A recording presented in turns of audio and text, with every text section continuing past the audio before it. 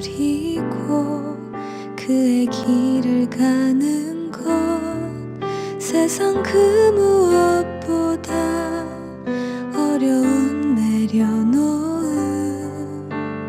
내 안에 예수 그분만 생각할 때 하늘의 그 손이 일하시네.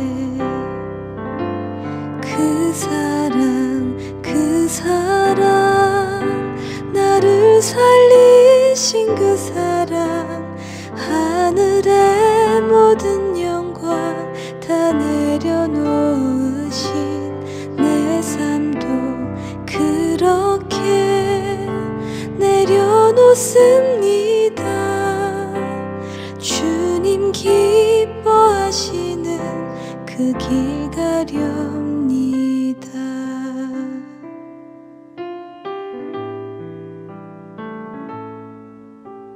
그분의 마음 그분의 시선 그분의 원하심을 내 맘에 두는 것 십자가 그 길 그곳에 나설 때에 주님 나를 통해 일하시네.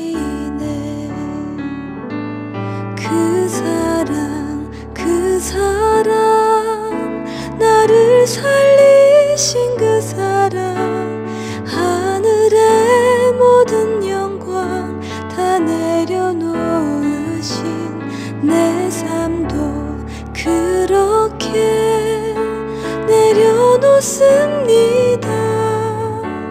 주님 기뻐하시는 그 길 가렵니다. 나를 향한 그 사랑 온 땅을 덮고 나를 주님의 길로 인도해 주시네.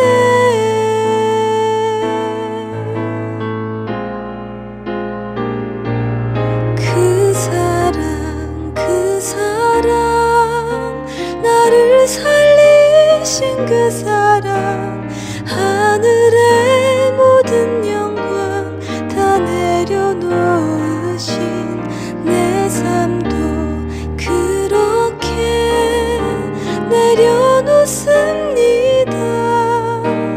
주님 기뻐하시는 그 길 가렵니다.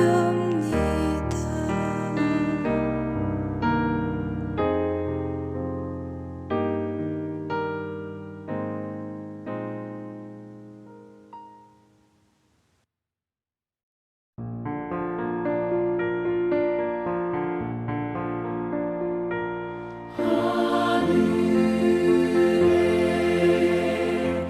계시다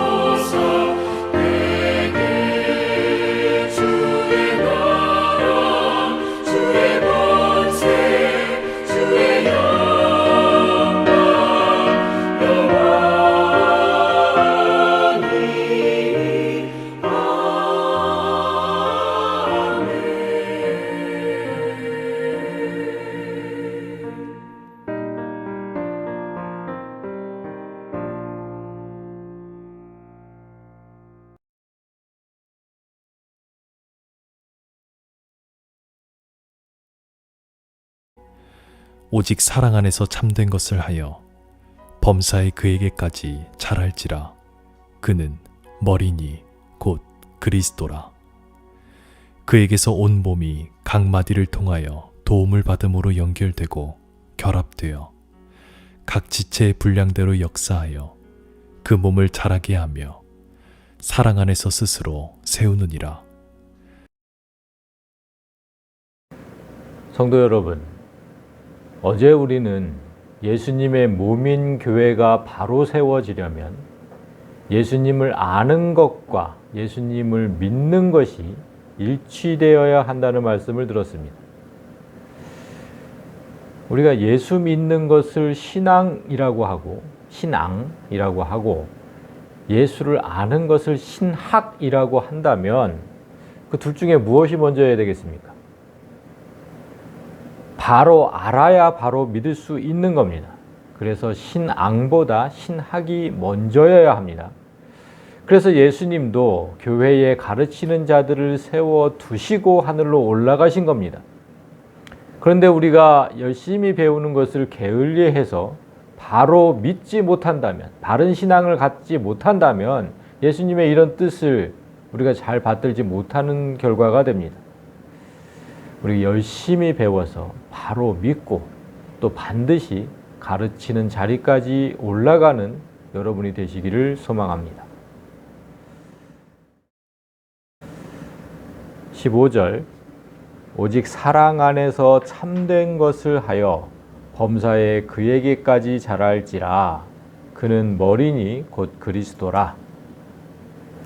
여기서 참된 것을 하라고 했는데 참된 것을 하라. 이 구절 번역한 단어를 보면 알레띠오입니다. 알레띠오. 이 단어는 진리를 말하다 이런 뜻입니다.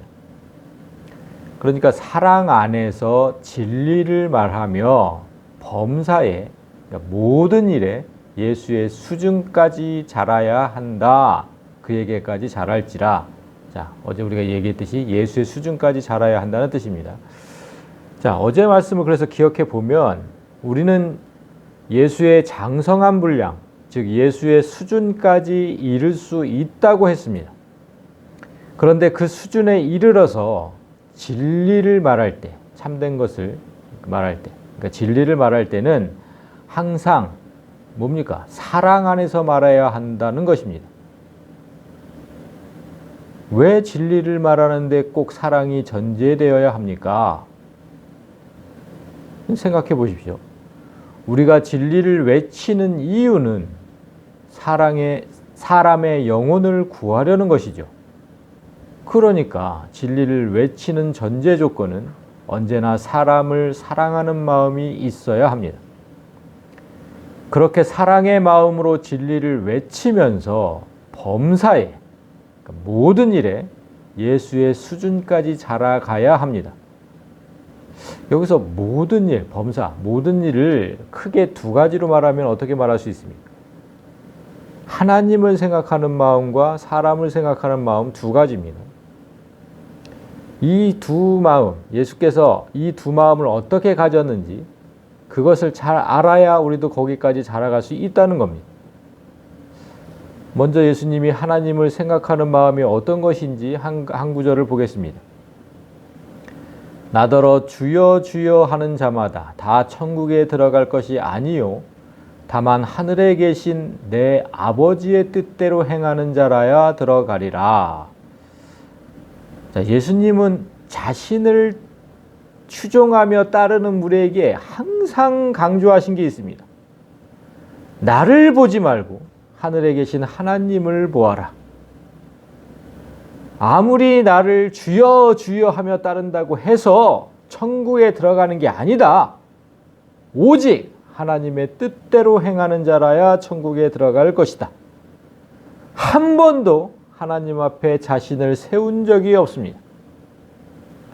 심지어 자신의 가족조차도 하나님의 뜻대로 행하는 자만 내 가족이라고 하셨습니다. 누구든지 하늘에 계신 내 아버지의 뜻대로 하는 자가 내 형제요 자매요 어머니니라 하시더라. 이런 마음이 우리에게 있어야 합니다. 특별히 진리를 외치는 자들이라면 더욱 이 마음을 새겨야 합니다. 말씀을 전하는 자들은 사람들의 추종을 받기 쉽습니다.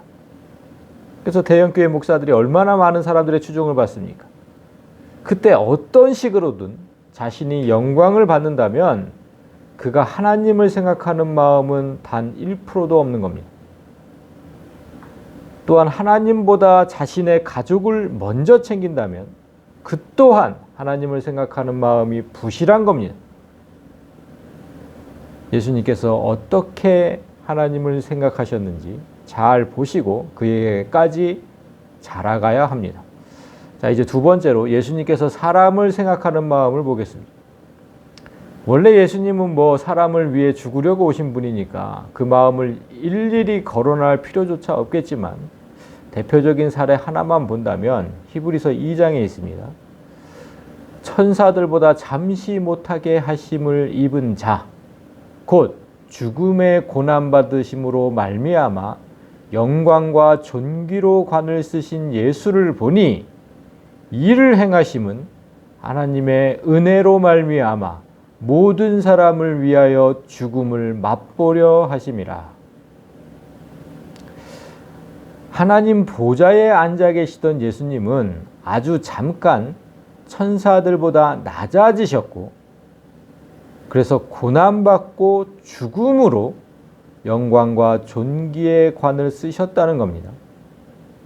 그런데 예수께서 이를 행하신 이유가 뭐랍니까? 모든 사람을 위하여 죽음을 맛보려 하심이라.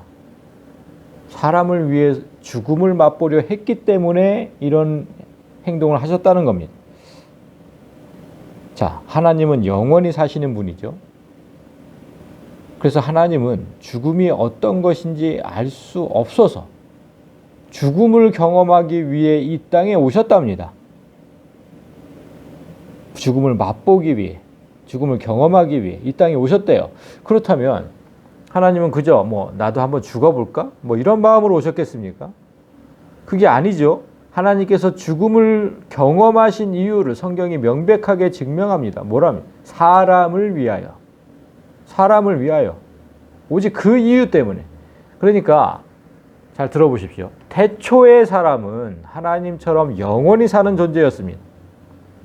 그러나 선악과 이후에 죽을 수밖에 없는 존재가 되었는데 그 사람을 다시 하나님처럼 영원히 살게 하려면 하나님과 사람이 똑같이 되는 방법 외에는 없습니다.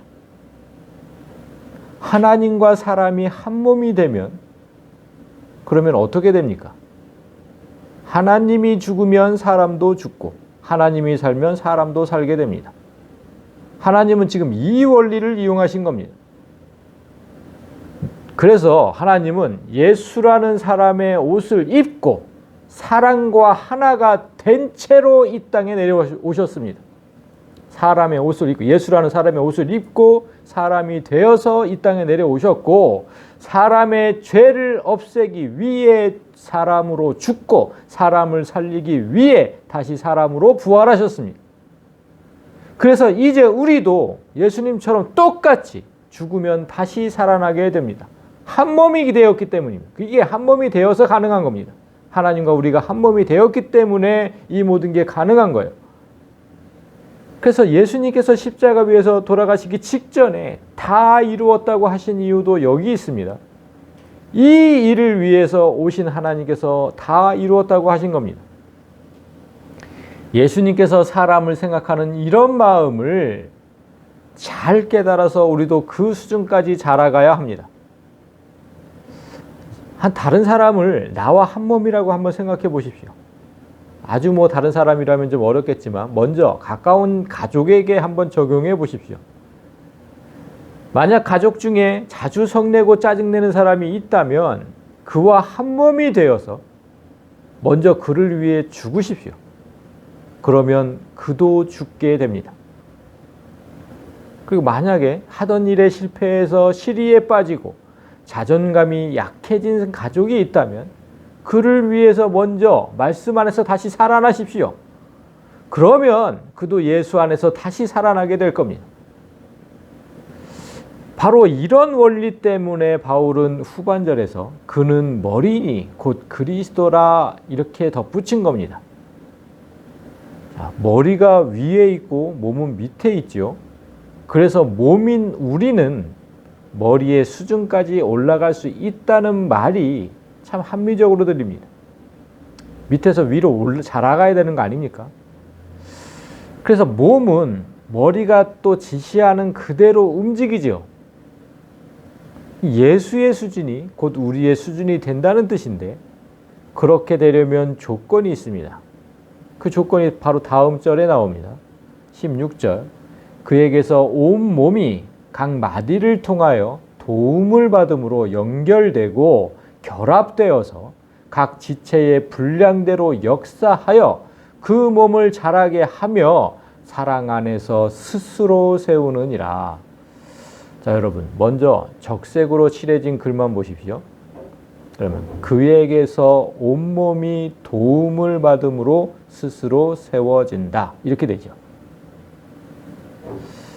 여기서 도움을 받는다는 뜻은 에피꼬레기아, 자, 공급이라는 뜻입니다. 공급. 그러니까 몸은 계속해서 머리로부터 무언가를 계속해서 공급받는다는 것입니다. 우리가 한번 예를 들어볼까요? 어떤 사람이 폭행과 사기, 절도와 방화 등 많은 죄를 짓고 전과 20범이라고 가정해 봅시다. 그의 머리는 항상 죄를 기획하겠죠. 죄를 기획하고 그의 몸에게 죄 짓는 방법을 공급합니다. 그래야 몸이 그 죄를 지을 거 아닙니까?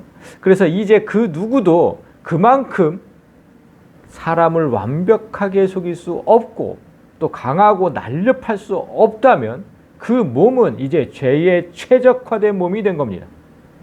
그의 몸이 그렇게 된 이유는 머리가 날마다 공급하는 것을 몸이 잘 받아 누렸기 때문입니다. 그 과정을 바울은 몸의 각 마디가 연결되고 결합되었다고 설명하는 겁니다. 머리가 공급한 것을 모든 내 몸의 기관이 협력해서 온몸에 완벽하게 전달했다는 뜻입니다. 그러면 우리의 지체는 그 분량대로 역사하게 됩니다. 활동하게 된다는 뜻이죠. 자, 여기서 분량이라는 단어가 또 등장하지 않았습니까? 예수의 장성한 분량이 예수의 수준이라면 전과 20범의 분량은 이 사람의 수준을 의미하는 겁니다. 그 수준에 맞게 몸이 아주 최적화돼서 잘 역사해서 아주 죄에 최적화된 사람으로 자라게 된다는 뜻입니다. 교회도 이와 같습니다. 머리 되신 예수님께서 공급하시는 말씀과 능력을 교회 안에 각 사람이 연결되고 결합되어서 그 말씀과 능력이 교회 전체에 퍼지게 돼야 됩니다. 그래서 각 지체의 분량대로 한 사람 한 사람의 분량대로 각 사람이 예수의 수준대로 움직이게 되어야 합니다. 따라서 한 사람만 특출나서는 교회가 바로 설 수 없습니다. 예수께서 공급하시는 모든 것을 모든 사람이 골고루 받아 누릴 때 교회는 건강하게 설 수 있습니다. 그래서 마지막으로 후반절 사랑 안에서 스스로 세워진다는 말씀에 주목해야 합니다. 우리의 신체도 몸을 키우는 건 머리가 아니죠. 머리는 어떤 행동을 지시할 뿐 몸을 키우는 역할을 하지 않습니다. 이처럼 예수님도 각 교회를 일방적으로 키우지 않습니다. 각 교회는 예수께서 공급하시는 말씀을 잘 받아서 스스로 성장합니다. 그래서 사랑 안에서 스스로 세워진다고 말씀한 겁니다. 자, 생각해 보십시오. 교회 내의 구성원이 서로 사랑하지 않으면 말씀은 그 교회 안에서 제대로 뿌리 내리지 못합니다. 왜 그렇습니까? 예를 들어서 여러분이 배가 고파서 밥을 먹으러 식당에 가자는 지시를 몸에 내렸습니다. 그런데 그 지시가 팔까지만 전달되고 다리까지 전달되지 않았다면 온몸이 배고픔을 당해야 하고 온몸이 영양실조로 망가지게 됩니다. 식당에 가자는 머리의 지시가, 머리의 말씀이 온몸에 뿌리내리지 못한 겁니다. 따라서 서로 연결되고 결합되어서 말씀이 뿌리내린다는 사실을 절대로 잊지 마십시오. 성도 여러분, 우리가 주일마다 입으로 고백하는 주기도문에도 오늘 이 내용이 들어가 있습니다. 때때로 말씀대로 살지 못해 교회에 짐이 되는 지체가 있다 해도 서로 용납하게 하셔서 교회가 날마다 든든히 서게 하여 주옵소서. 이런 내용이 들어가 있죠. 그런데 오늘 말씀을 놓고 생각해 보니 교회에 짐이 되는 지체가 생긴 이유는 말씀의 공급이 그 지체까지 제대로 공급되지 못했기 때문입니다. 따라서 그런 지체가 생겼다는 자체가 우리 모두의 잘못입니다. 제대로 연결되고 결합되지 못했다는 거죠. 그래서 오늘 두 절의 말씀 모두 사랑을 강조하는 것입니다. 오직 사랑 안에서 진리를 말하고 사랑 안에서 교회를 세워질 수 있기를 소망하라. 오늘 이 두 절의 말씀이 여러분의 교회에 깊이 뿌리 내려지기를 간절히 소망합니다.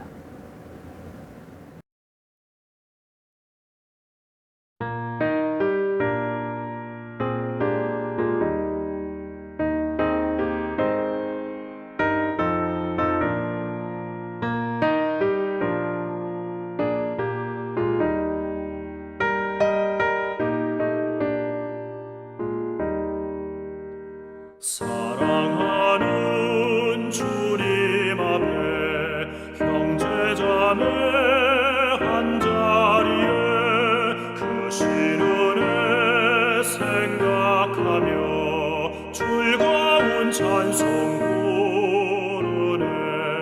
내 주 예수 본을 받아 모든 사랑